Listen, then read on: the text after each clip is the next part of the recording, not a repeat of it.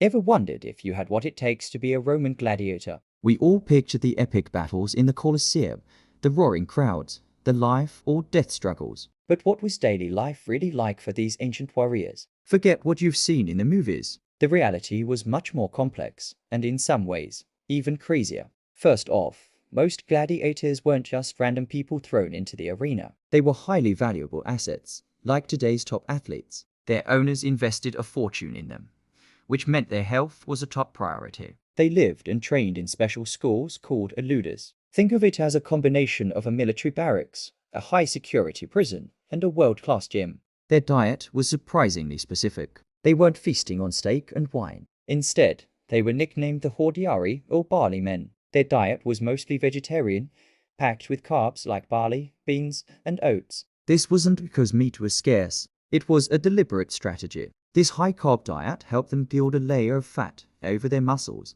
Why? This fat layer acted as a natural cushion, protecting nerves and blood vessels from shallow cuts during a fight. A superficial wound would look dramatic and bloody, pleasing the crowd, but wouldn't be life-threatening. It was all about the show.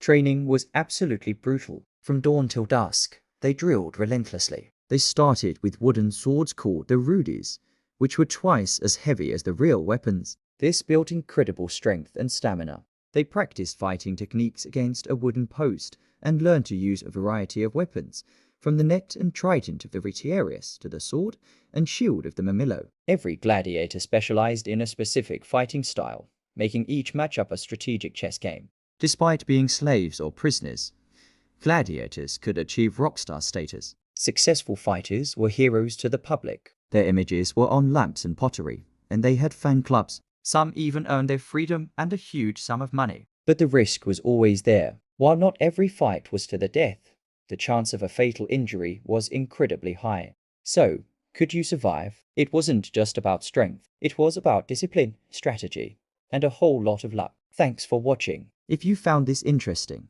hit that like button and subscribe for more dives into history. See you next time.